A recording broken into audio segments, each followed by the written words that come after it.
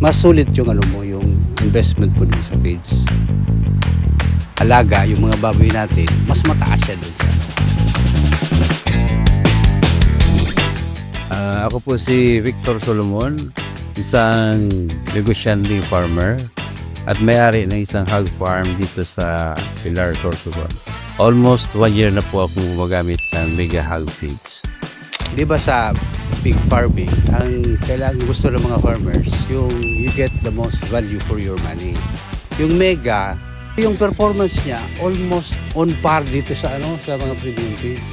Nasubukan na namin yun. And yan ang yung proof na talagang maganda yung performance ng pigs. Alaga, yung mga baboy natin, mas mataas siya dun sa mas sulit yung yung investment ko dun sa pigs.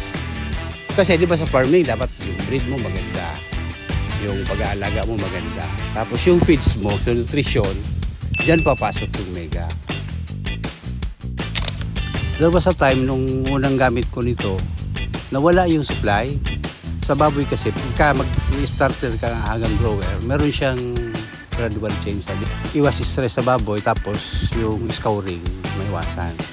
I recommend, in fact, na-recommend ko na nga ito kay Lando. Yung katabi ko nga dyan, recommend ko kay Lando, yun na rin ang ginagamit niya.